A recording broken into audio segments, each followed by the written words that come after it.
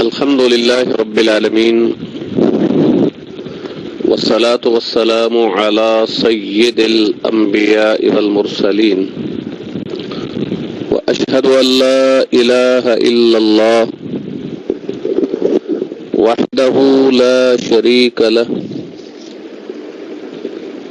واشہد ان محمدا عبدہ ورسولہ اللهم صل على محمد وعلى آل محمد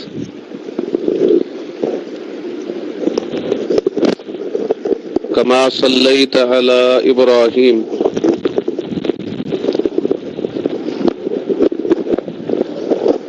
وعلى آل إبراهيم إنك حميد مجيد اللهم بارك على محمد وعلى آل محمد كما باركت على إبراهيم وعلى آل إبراهيم إنك حميد مجيد رب اشرح لي صدري ويسر لي أمري واحلل عقدة من لساني يفقهوا قولي اللهم انفعنا بما علمتنا وعلمنا ما ينفعنا وزدنا علما۔ آج قواعد التفسیر میں جو قواعد ہم نے سابقہ کلاس میں پڑھے تھے اسباب نزول کے حوالے سے، تو انشاءاللہ اسباب نزول کے حوالے سے ہی آج کی ہماری کلاس میں ہم قواعد پڑھیں گے۔ تو میں مختصراً جو سابقہ کلاس میں ہم نے قواعد پڑھے ہیں ان کا خلاصہ یا سمری آپ لوگوں کے سامنے بیان کرتے ہوئے آج کی کلاس کا آغاز کروں گا۔ تو سابقہ کلاس میں نے سب سے پہلے اسباب نزول کے حوالے سے یہ پڑھا تھا کہ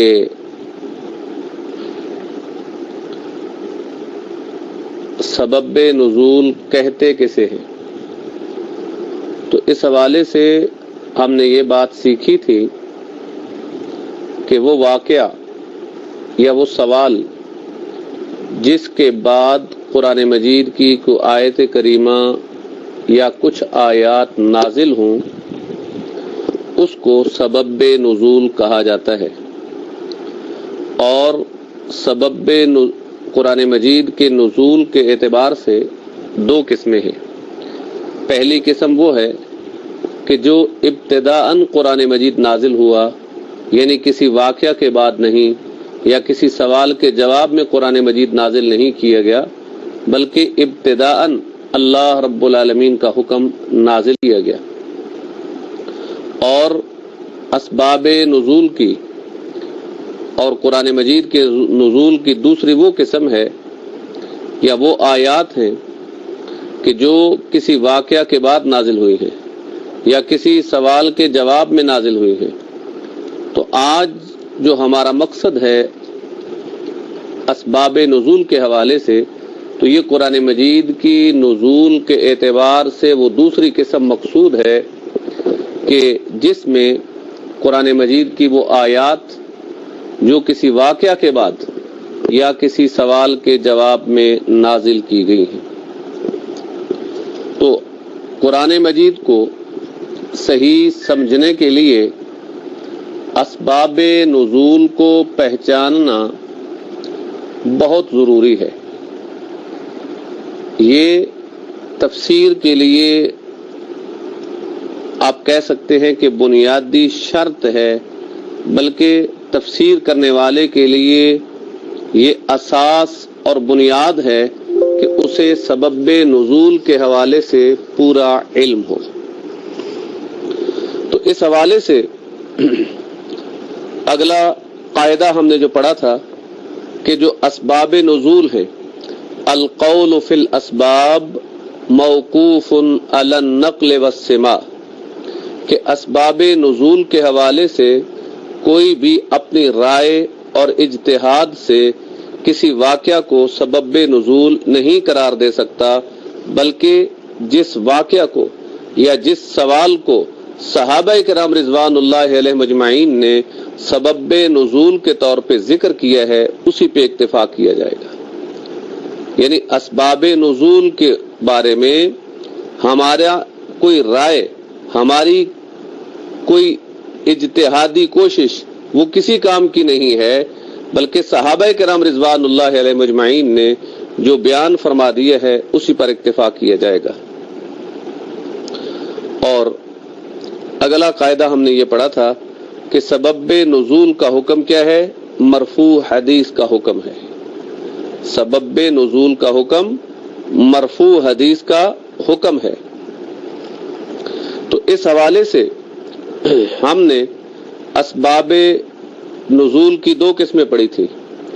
ایک وہ ہے الصریح اور دوسری قسم ہے غیر صریح.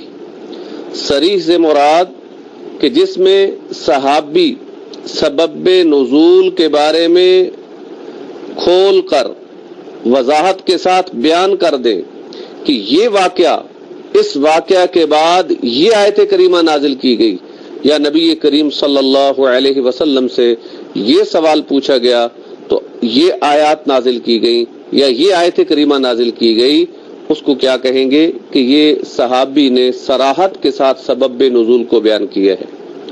تو اس حوالے سے تو کوئی اختلاف نہیں کہ جو سبب نزول صریح قسم میں آتا ہے تو اس پر صحابہ کا اتفاق ہے، علماء کا اتفاق ہے، مفسرین کا اتفاق ہے کہ وہ مرفوع کے حکم میں ہے. اور جو غیر صریح کے بارے میں ہے، یعنی کہ جس میں ایک صحابی آیت کریمہ کا حکم بیان کرنا مقصود ہے یا کوئی واقعہ رونما ہوا ہے تو صحابی بیان کر دیتے ہیں کہ اسی طرح کے بارے میں فلاں آیت نازل ہوئی ہے، تو کیونکہ اس میں وہ صحابی کی رائے اور ان کے اجتہاد کا عمل دخل ہے، اس بنیاد پر اس کو مرفوع حدیث کا حکم نہیں دیا جاتا. اور اس کے بعد ہم نے اگلا قاعدہ یہ پڑھا تھا کہ کبھی قرآن مجید کا حکم ساتھ، یعنی ادھر قرآن مجید نازل ہوتا ہے اور وہی قانون امت کے لیے بنا دیا جاتا ہے. کبھی ایسا بھی ہوتا ہے کہ کبھی قرآن مجید پہلے نازل ہوتا ہے اور وہ قانون اور تشریع یعنی شریعت امت کے لیے بعد میں بنائی جاتی ہے. اور کبھی ایسا بھی ہوتا ہے کہ امت کے لیے پہلے وہ قانون اور تشریع بن چکا ہوتا ہے اور قرآن مجید بعد میں نازل ہوتا ہے. قرآن مجید بعد میں نازل ہوتا ہے. تو اس کی مثالیں اور تفصیل نے کل کی کلاس میں پڑھی تھی، تو اس حوالے سے مزید میرے خیال میں وضاحت کی ضرورت نہیں. اب آئیے آج کا ہمارا جو سبق ہے اور آج کی جو ہماری کلاس کا پہلا حصہ ہے، تو سب سے پہلا قاعدہ آپ یہ نوٹ کر لیں کہ الاصل عدم تکرر النزول، کہ اسباب نزول کے حوالے سے اصل قاعدہ اور قانون یہ ہے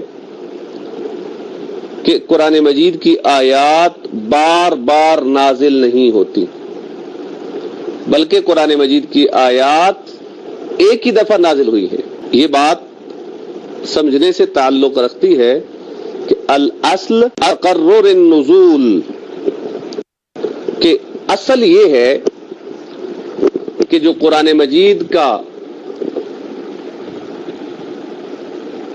اصل یہ ہے کہ جو قرآن مجید کی آیات نازل ہو رہی ہیں وہ ایک ہی دفعہ نازل ہوئی ہیں، بار بار نازل نہیں ہوئی. لیکن جب ہم قرآن مجید کے اسباب نزول کے بارے میں مطالعہ کرتے ہیں، تفاسیر کو دیکھتے ہیں، تو بعض دفعہ ایسا سامنے آتا ہے کہ کئی سارے واقعات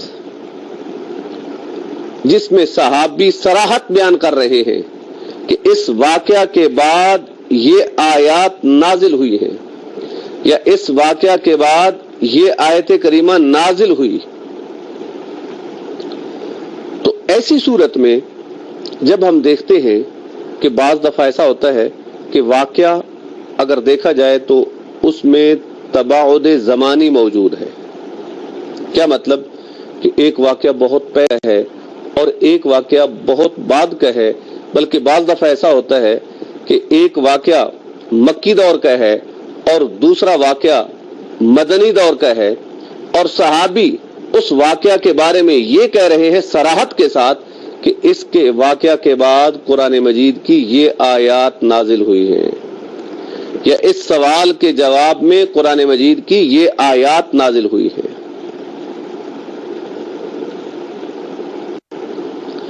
اب ایسی صورت میں ہم کیا کریں گے؟ جی سوال پیدا ہوتا ہے، میں آگے انشاءاللہ مثالیں دوں گا، بات اور زیادہ واضح ہو جائے گی کہ ایسی صورت میں ہم کیا کریں گے کہ اصل قاعدہ اور قانون یہ ہے کہ قرآن مجید کی آیات ایک ہی بار نازل ہوئی ہیں۔ الاصل عدم تکرر النزول، کہ اصل یہ ہے کہ تکرار قرآن مجید کی آیات کا نزول بار بار نہیں ہوا، بلکہ ایک کچھ آیات یا ایک آیت کریمہ ایک ہی دفعہ نازل ہوئی ہے۔ اور جب ہم اسباب نزول پہ نظر دوڑاتے ہیں تو ہمارے سامنے یہ بات آتی ہے کہ کئی سارے واقعات کے بعد صحابہ بیان کرتے ہیں کہ اس کا شان نزول بھی یہ آیت کریمہ ہے، اس واقعہ کا شان نزول بھی یہ آیت کریمہ ہے، اور وہ واقعات بھی بہت زیادہ آپس میں زمانی دوری کے واقعات ہیں، یعنی زمانی طور پہ وقت کے اعتبار سے ان کے درمیان بہت فاصلہ ہے۔ تو ایسی صورت میں کیا کریں گے؟ کہتے ہیں ایسی صورت میں اب ہمارے پاس کوئی چارہ نہیں کہ ہم یہ کہیں گے کہ یہ آیات دوبارہ نازل ہوئی ہیں، یعنی یہ آیات اس کے علاوہ ایک واقعہ کے بعد نازل ہوئی تھی اور دوبارہ پھر نازل ہوئی ہیں، اس کے بغیر کوئی چارہ نہیں ہے، کیونکہ صحابی صراحت کر رہے ہیں۔ تو اس تکرار کا مقصد یہ ہوگا کہ سابقہ جو حکم نازل ہو چکا ہے اس کی یاد دہانی اور اس کے اوپر تاکید مقصود ہے۔ اور دوسرا اس بات کو بیان بھی کیا جا سکتا ہے کہ یہ جو واقعہ ہے اس کا حکم بھی اس آیت کریمہ کے اندر موجود ہے جو پہلے نازل ہو چکی ہے۔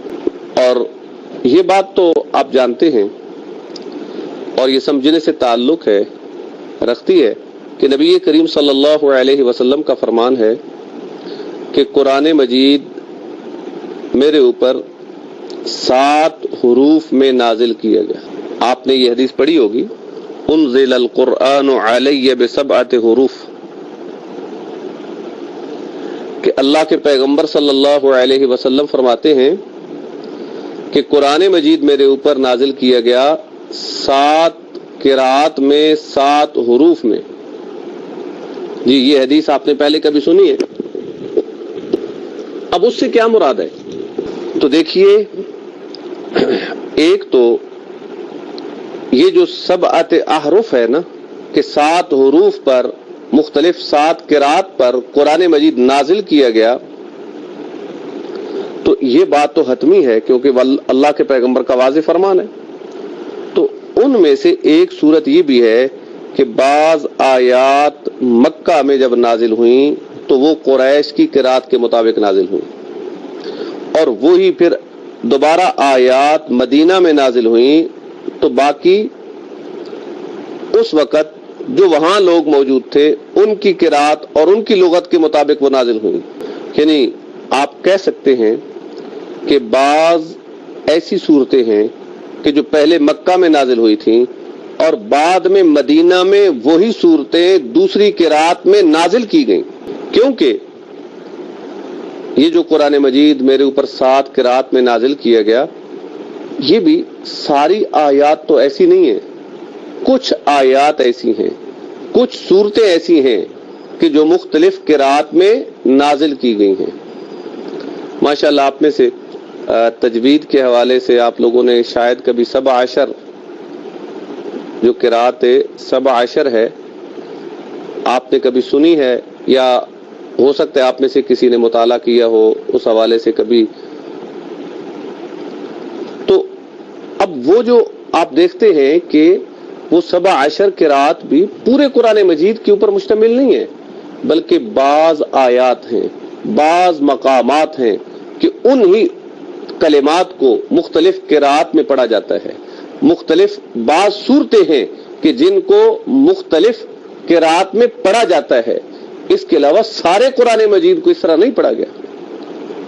تو اب انزل القرآن علی علی 7 احرف، ایک یہ معنی بھی آپ کو یہاں پہ سمجھ آئے گا کہ اس سے کیا مراد ہے.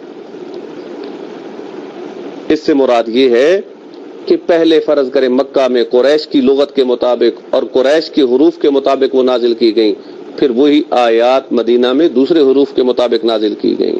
اب اس حوالے سے جیسا کہ ایک مثال یہ ملتی ہے کہ جیسے قرآن مجید میں آتا ہے کہ الف لام میم غلبت الروم، کہ روم مغلوب ہو گیا. اب اس حوالے سے ایک جامع ترمذی کی روایت ملتی ہے، حضرت ابو سعید خدری رضی اللہ تعالیٰ عنہ بیان کرتے ہیں کہ جب بدر کا دن تھا تو اس وقت روم فارس پہ غالب آ چکا تھا. تو اس وقت یہ آیات، یعنی روم فارسیوں پہ غالب آ چکے تھے رومی. اس وقت مومنوں کو یہ بات اچھی لگی تو اللہ رب العالمین نے یہ آیات نازل فرما دی. سورہ الروم کی ابتدائی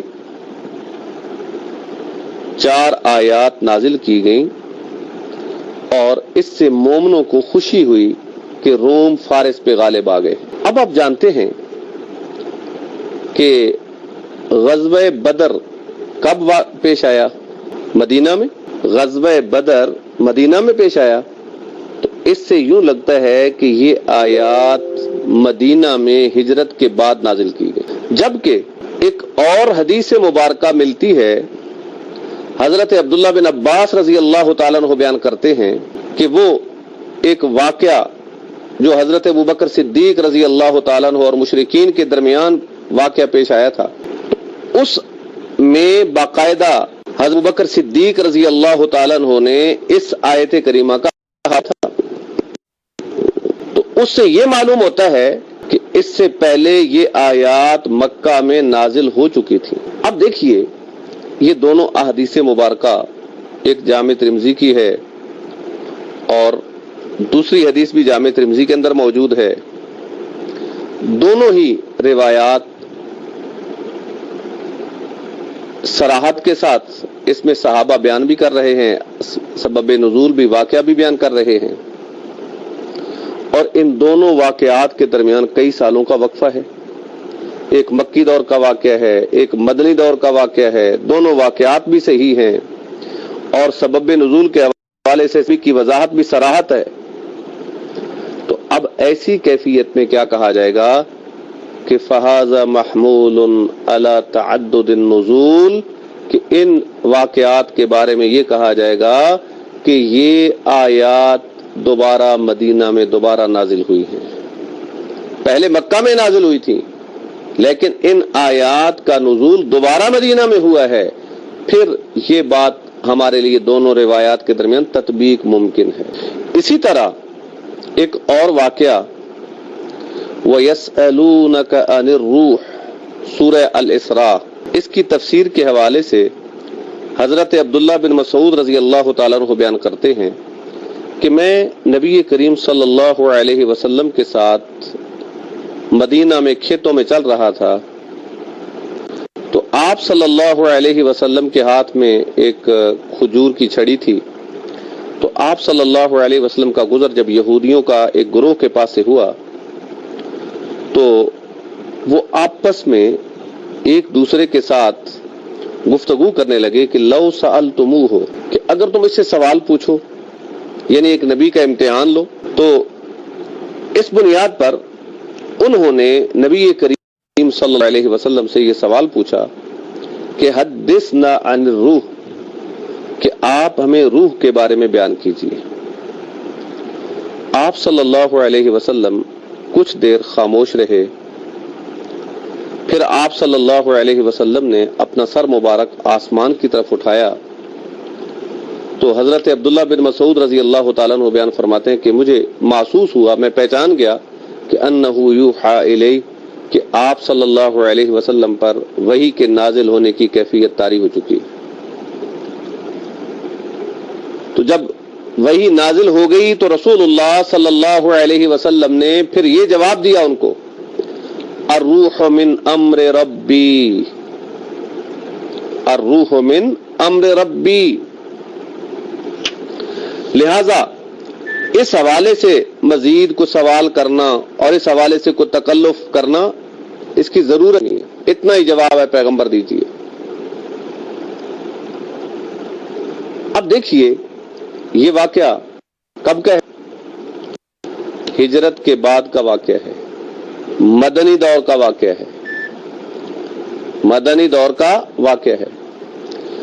اب اسی حوالے سے ایک اور روایت حضرت عبداللہ بن عباس رضی اللہ تعالیٰ عنہ مفسر قرآن بیان کرتے ہیں، اور جامع ترمذی کی روایت ہے کہ قریش نے یہودیوں سے یہ کہا کہ اعطونا شیئا نسأل هذا الرجل، یعنی مشرکین مکہ نے باقاعدہ یہودیوں سے یہ بات کی کہ آپ ہمیں کو ایسا سوال بتائیں کہ ہم اس نبی کے سے پوچھیں، وہ سوال اس آدمی سے وہ سوال پوچھیں۔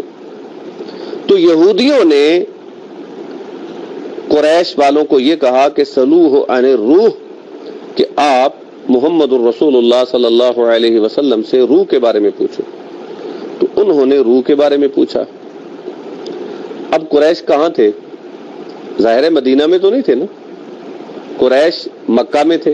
تو اب حضرت عبداللہ بن مسعود رضی اللہ تعالیٰ عنہ بیان کرتے ہیں کہ جب یہودیوں کے کہنے پہ قریشیوں نے رسول اللہ صلی اللہ علیہ وسلم سے روح کے بارے میں سوال پوچھا تو اللہ رب العالمین نے یہ آیت کریمہ نازل فرمائی کہ وَيَسْأَلُونَكَ عَنِ الرُّوحِ۔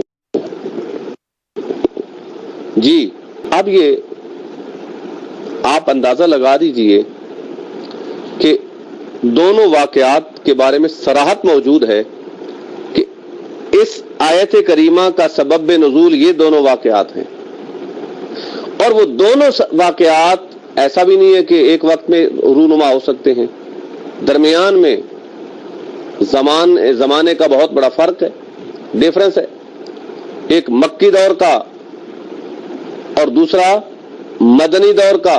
تو اس بنیاد پر حتیٰ کہ حضرت امام ابن کثیر رحمہ اللہ نے اس آیت کریمہ کی تفسیر میں یہ کہہ دیا کہ یہ جو سیاق ہے اس سے یہ ظاہر ہوتا ہے کہ اس پوری سورہ مبارکہ کی یہ جو آیت ہے نا یہ مدنی ہے، حالانکہ پوری سورت مکی ہے۔ تو اب اس کا صحیح جواب یہ ہے اور قابل اطمینان جواب یہ ہے کہ یہ آیات مکہ میں بھی نازل ہوئی تھیں اور پھر مدینہ میں بھی نازل ہوئی تھیں۔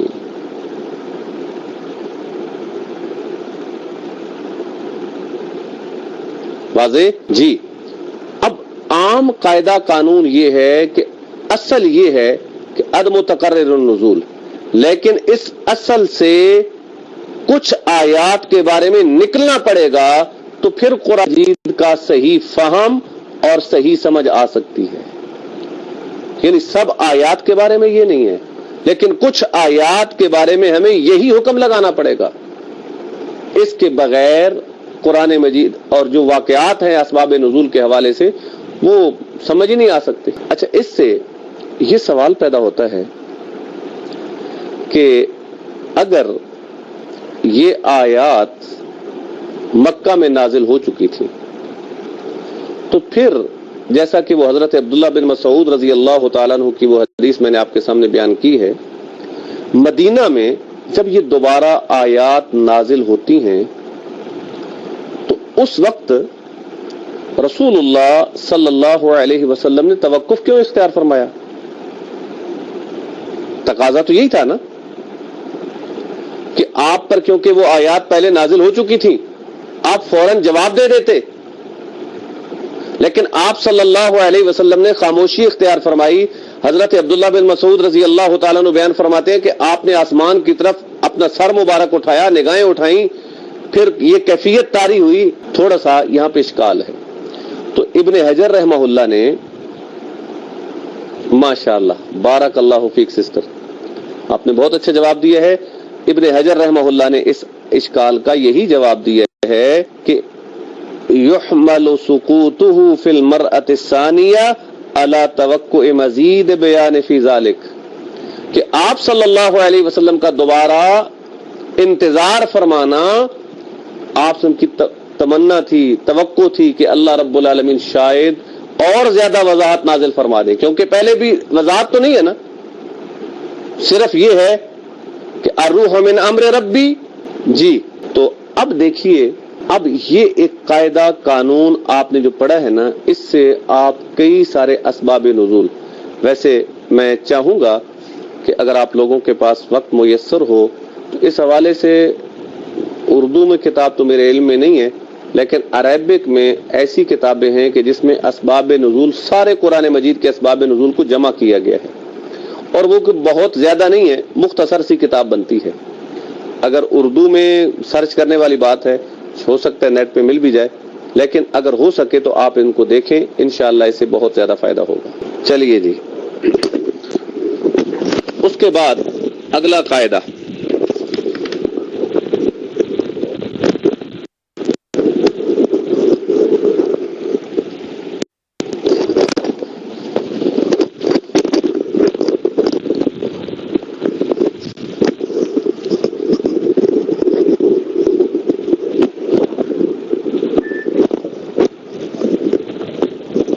جزاک اللہ خیر سسٹر، لیکن اس کے لیے پھر ہمیں کوئی اور وقت لینا پڑے گا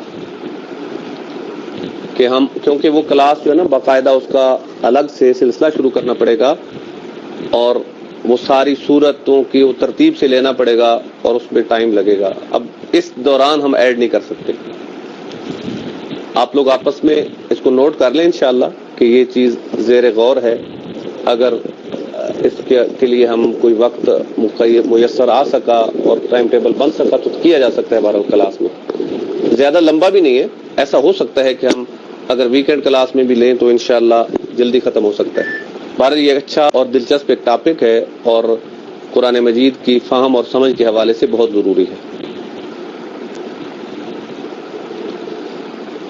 چلیے، اب اس حوالے سے اگلا قاعدہ یہ ہے کہ قد یکون سبب النزول واحدا والآیات النازلہ متفرقہ والعکس، کہ کبھی سبب نزول ایک ہوتا ہے اور نازل ہونے والی آیات متفرق ہوتی ہیں۔ کبھی کیا ہوتا ہے کہ سبب نزول ایک ہوتا ہے اور اس پر نازل ہونے والی آیات مختلف ہوتی ہیں، اور کبھی اس کے برعکس ہوتا ہے۔ اس کے برعکس سے کیا مراد ہے؟ کبھی اس کے برعکس ہوتا ہے، اس سے کیا مراد ہے؟ جی، کبھی اس سے برعکس سے مراد یہ ہے کہ کبھی واقعات زیادہ ہوتے ہیں اور نازل ہونے والی آیت ایک ہوتی ہے۔ ماشاءاللہ، اسباب نزول زیادہ اور نازل ہونے والی آیت کریمہ ایک ہوتی ہے، اور کبھی معاملہ اس کے برعکس ہوتا ہے۔ اب اس حوالے سے جیسا کہ ایک روایت یہ ملتی ہے جامع ترمذی کے اندر کہ حضرت ام سلمہ رضی اللہ تعالی عنہا نے نبی کریم صلی اللہ علیہ وسلم کے سامنے یہ ذکر فرمایا کہ یا غزو الرجال ولا تغزو النساء، کہ مرد تو جہاد کے لیے جاتے ہیں اور عورتیں جہاد کے لیے نہیں جاتی، اور ہمارے لیے وراثت میں بھی مردوں کے مقابلے میں نصف ہے۔ تو اللہ رب العالمین نے یہ آیات نازل فرمائیں کہ وَلَا تَتَمَنَّوْا مَا فَضَّلَ اللَّهُ بِهِ بَعْضَكُمْ عَلَى بَعْضٍ، کہ تم ایسی تمنا نہ کرو کہ جو اللہ رب العالمین نے بعض کو بعض پر فضیلت دی ہے۔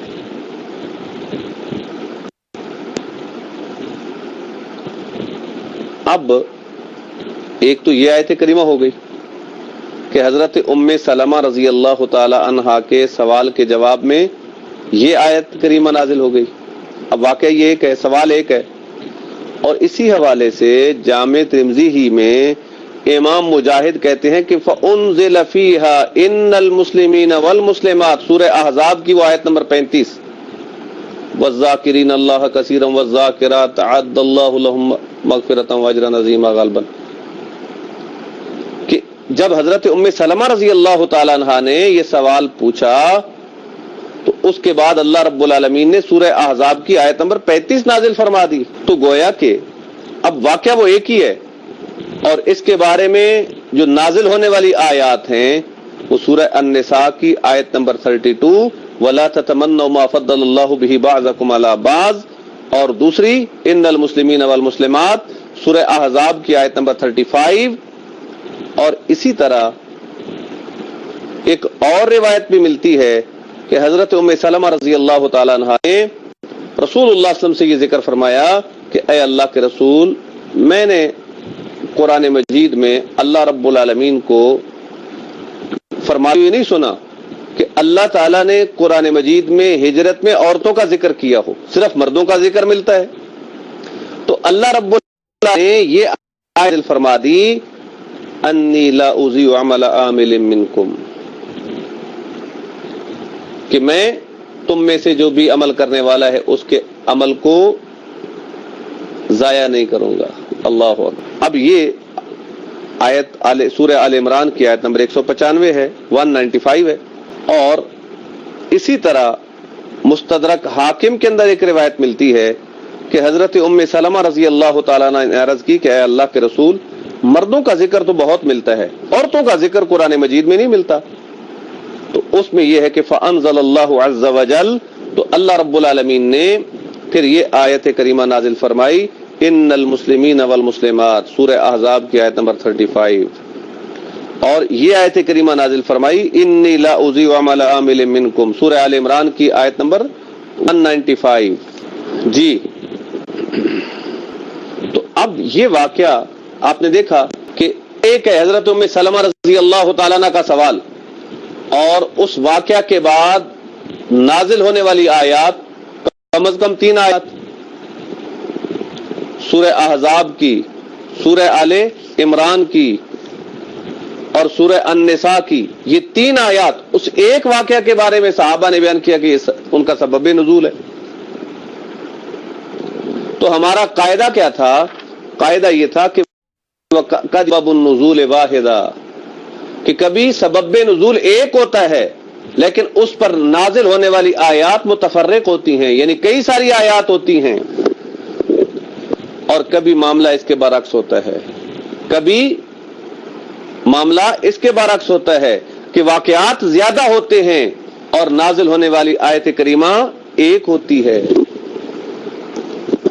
اس کی مثال جیسا کہ آپ نے مشہور یہ واقعہ سورہ التحریم کی آیت نمبر 1 یا ایھا النبی لم تحرم ما احل اللہ لک، یہ آیات کب نازل ہوئی ہیں؟ آپ کے علم میں کون سا واقعہ ہے؟ ماشاءاللہ بتائیے. جی یعنی سبب نزول کیا ہے ان کا؟ جی ایک تو یہ معروف ہے کہ آپ صلی اللہ علیہ وسلم نے جب اپنے اوپر شہد کو حرام قرار دیا تھا تو اس وقت یہ آیت کریمہ نازل ہوئی تھی. کوئی دوسرا واقعہ اس حوالے سے، کوئی دوسرا واقعہ بھی روایات میں موجود ہے، اور وہ یہ کہ آپ صلی اللہ علیہ وسلم میں اپنی لونڈی حضرت ماریہ قبطیہ کو اپنے اوپر حرام قرار دیا تھا. تو اس کے بعد یہ آیت کریمہ نازل ہوئی کہ یا ایھا النبی لم تحرم ما احل اللہ لک. اب یہ دونوں بات احادیث مبارکہ میں موجود ہیں، اور ان کے بعد نازل ہونے والی یہ آیت کریمہ ایک ہے. واضح کہ کبھی واقعات مختلف ہوتے ہیں اور نازل ہونے والی آیت کریمہ ایک ہوتی ہے. اسی طرح ایک اور مثال بھی کہ والذین یرمون ازواجہم ولم یکن لہم شہداء، سورہ نور کی آیت نمبر 6، لیان کے حوالے سے جو آیات ہیں کہ اگر کوئی شخص اپنی بیوی پر بہتان لگاتا ہے اور اس کے پاس گواہ بھی نہیں ہیں، اب کیا ہوگا؟ وہ لیان کے واقعہ اور لیان کی تفسیر موجود ہے۔ تو اس حوالے سے تاریخ حضرت سہل بن سعد رضی اللہ تعالیٰ عنہ بیان فرماتے ہیں کہ اویمر الاجلانی صحابی رسول ہیں کہ وہ عاصم بن عدی کے پاس آئے، اور عاصم کون تھا؟ یہ بنی اجلان قبیلے کا سردار تھا۔ اویمر عاصم کے پاس آئے اور ان کو کہنے لگے کہ آپ کیا کہیں گے ایسے شخص کے بارے میں کہ اس نے اپنی بیوی کو برائی میں پایا، اب اگر وہ اس حال میں اس کو قتل کر دے تم اسے قتل کر دو گے؟ یعنی اگر وہ اپنی بیوی کو قتل کرتا ہے قصاصاً تم اسے قتل کر دو گے؟ ام کیف یصنع، اب وہ کیا کرے؟ اور جاؤ میرے لیے رسول اللہ صلی اللہ علیہ وسلم سے سوال پوچھو۔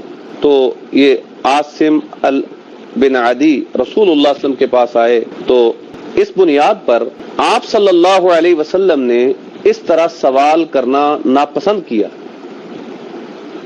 کیونکہ سوال اس انداز سے کیا گیا کہ جیسے واقعہ ہوا نہیں اور ایک فرضی واقعہ بیان کر کے پیغمبر سے حکم پوچھا جا رہا تھا۔ تو آپ صلی اللہ علیہ وسلم نے اس کو ناپسند کیا کہ یہ کیسا ذکر کر رہے ہو، یعنی اس بات کا زبان پہ لانا ہی رسول اللہ صلی اللہ علیہ وسلم نے ناپسند کیا۔ لیکن کیونکہ حضرت اویمر اجلانی رضی اللہ تعالیٰ عنہ اس واقعہ میں مبتلا تھے، گو انہوں نے بیان کرتے وقت اس انداز سے نہیں بیان کیا، تو کہنے لگے میں نہیں رکوں گا حتی اسأل رسول اللہ صلی اللہ علیہ وسلم عن ذالک، یہاں تک کہ رسول اللہ صلی اللہ علیہ وسلم کے پاس آؤں گا، اللہ کے پیغمبر سے پوچھوں گا۔ پھر اللہ کے پیغمبر پاس آئے اور انہوں نے وہی بات رسول اللہ صلی اللہ علیہ وسلم کے سامنے اسی انداز سے ذکر کی جو عاصم کے سامنے ذکر کی تھی۔ تو آپ صلی اللہ علیہ وسلم نے فرمایا کہ قد انزل اللہ القرآن فیک وفی صاحبتک، کہ اللہ رب العالمین نے آپ کے اور آپ کی گھر والی کے بارے میں قرآن مجید نازل کر دیا ہے، اور وہ لیان کی آیات نازل کر دی گئی۔ یہ جو آیات ہے نا کہ والذین یرمون ازواجہم ولم یکن لہم شہداء، اب یہ واقعہ صحیح بخاری کے اندر ہے، یہ واقعہ صحیح بخاری کے اندر کہ اب کا سبب نزول کیا ہوا؟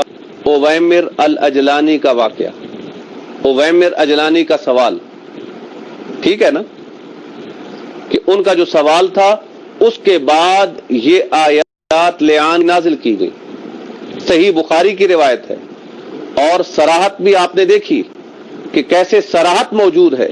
اب اسی طرح حضرت عبداللہ بن عباس رضی اللہ تعالیٰ عنہ بیان کرتے ہیں کہ ہلال بن امیہ نے اپنی بیوی پر بہتان لگایا،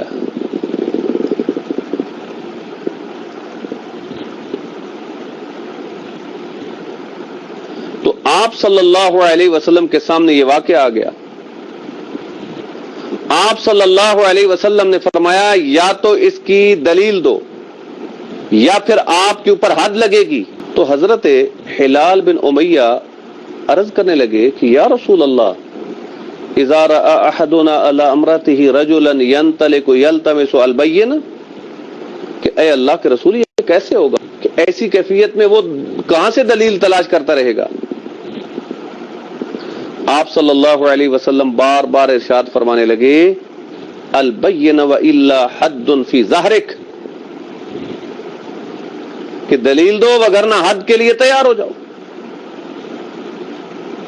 وہ کہنے لگے حضرت ہلال کہ والذی بعثک بالحق انی لصادق، کہ اے اللہ کے رسول اس ذات کی قسم جس نے آپ کو حق کے ساتھ بھیجا ہے میں سچ، رب العالمین میرے بارے میں ضرور کچھ نازل فرما دیں گے، ما یبرئ ظہری من الحد، کہ جو آیات نازل ہوں گی اور مجھے حد سے بری کر دیا جائے گا۔ اللہ اکبر۔ اب ذرا اندازہ لگائیے اللہ رب العالمین پر کتنا اعتماد ہے. قسم اٹھا کے کہتے ہیں کہ اللہ تعالیٰ میرے بارے میں کچھ ضرور نازل کر دیں گے, مجھے حد نہیں لگے گی. اللہ اکبر. تو پھر فنزل جبریل وانزل علیہ والذین یرمون ازواجہم, یہی آیت کریمہ کہ پھر نبی کریم صلی اللہ علیہ وسلم پر جبریل امین نازل ہوئے اور یہ آیات نازل ہوئی.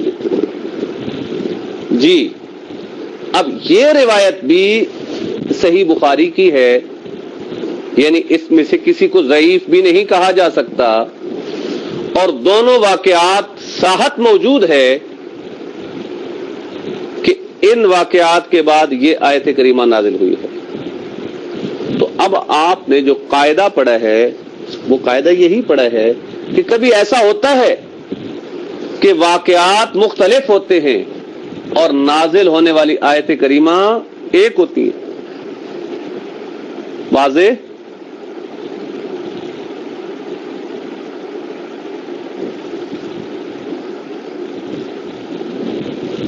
جی اب یہاں پہ سوال پیدا ہوتا ہے کہ یہ جو سابقہ قاعدہ اور تفصیل آپ نے پڑھی ہے اس میں آپ نے مختلف واقعات کی بنیاد پر تکرر النزول کا حکم لگا دیا, تو یہاں پہ تکرر النزول کا حکم کیوں نہیں لگاتے؟ جب وہاں پہ آپ نے یہ کہہ دیا کہ وہ آیات پہلے نازل ہوئی تھی دوبارہ پھر نازل ہو گئی, تو یہاں پہ کیوں نہیں کہتے کہ یہ آیت کریمہ اس واقعہ کے بعد بھی نازل ہوئی تھی دوبارہ پھر نازل ہوئی تھی؟ جی یہ اشکال ہے, اس کا جواب کون دے گا؟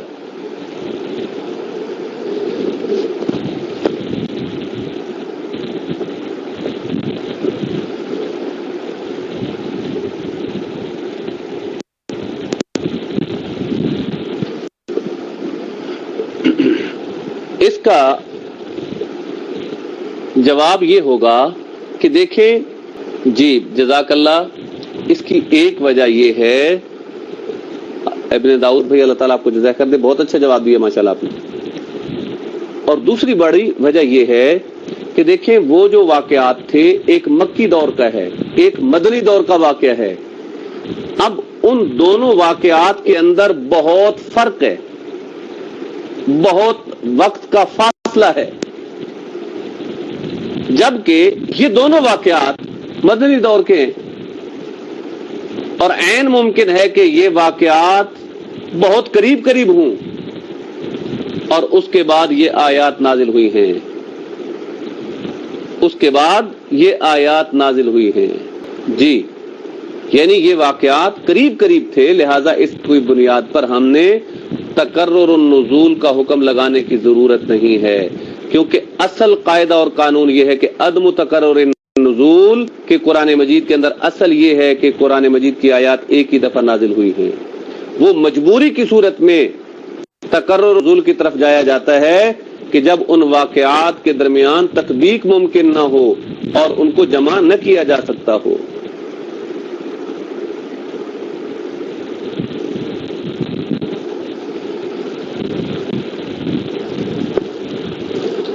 چلیے جی, اس کے بعد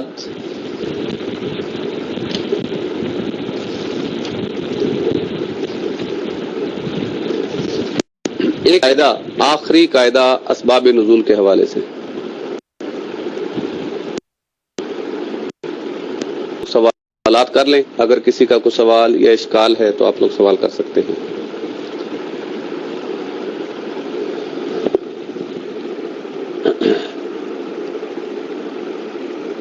اور اس حوالے سے اگر کسی کو کوئی فیڈ بیک دینا چاہے تو آپ ضرور مشورہ اور تجویز دیں انشاءاللہ. اور دوسری بات یہ ہے کہ کیا آپ لوگوں کو اس سے فائدہ ہو رہا ہے کوئی, یا اس میں کچھ مزید تبدیلی کی ضرورت ہے؟ جزاکم اللہ. اس حوالے سے آپ اپنی رائے اور تجویز ضرور دیجیے گا.